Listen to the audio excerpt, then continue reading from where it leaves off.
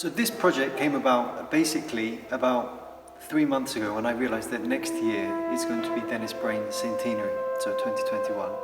And I thought such an iconic figure should be celebrated, and what can I do? I was in the middle of lockdown. I was thinking all the time about different projects. What can I do to celebrate this great man, this great musician? And so I came up with the idea of recording a CD to honor his legacy.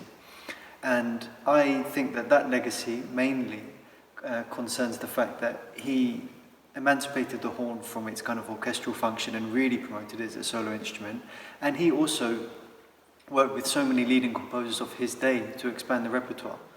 And so therefore I've chosen 6 pieces that I think honor this legacy. 2 pieces are by composers that he worked with, so Benjamin Britten, the third canticle, Still Falls the Rain, and Malcolm Arnold, for whom Dennis Brain premiered the second horn concerto. So I will play his Fantasy for solo horn. Then we have 2 pieces that were written in Dennis Brain's memory. So Francis Poulenc's Elegy and Peter Maxwell Davis's Fanfare Salute to Dennis Brain. And then to kind of honor his legacy and hopefully, carry on his tradition, I've worked with 2 wonderful British composers, Huw Watkins and Roxanna Panufnik, both of whom have written new pieces for the horn. So yeah, I'm really, really excited about this project.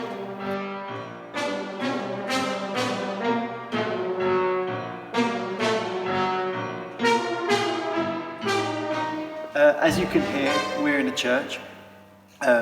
Lockdown has been tough for all musicians, but actually to find a neutral space to rehearse is pretty tricky because you're not allowed in people's houses and transport's difficult.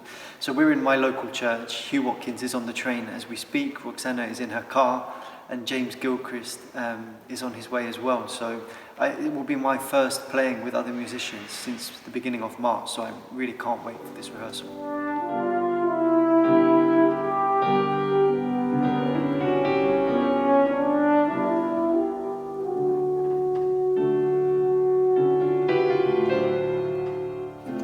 The thing I'm probably most excited about this album is probably in about 30 minutes we're going to hear for the first time Huw Watkins' new piece for horn and piano, Lament.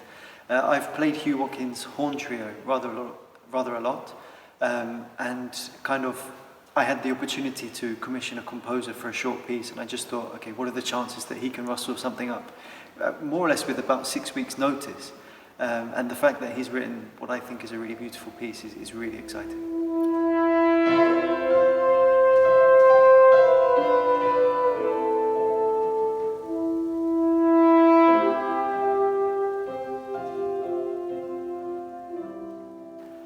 I think the worst thing about lockdown, aside from the very obvious, is simply the fact that I really miss playing with other people, to be honest. The interaction, not just the fact that you have to pay your bills, but actually the interaction with others that you get through music is something that I've missed hugely.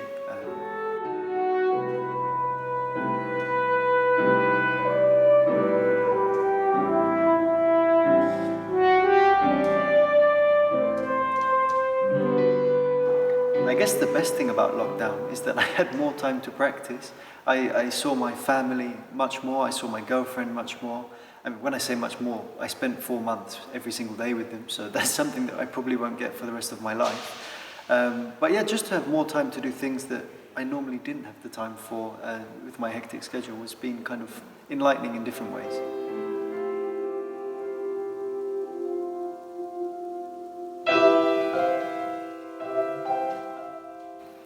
This will actually be my second solo CD. My first solo CD I released in February of 2018, and this will be released via the Three Worlds Records label, hopefully in time for Christmas.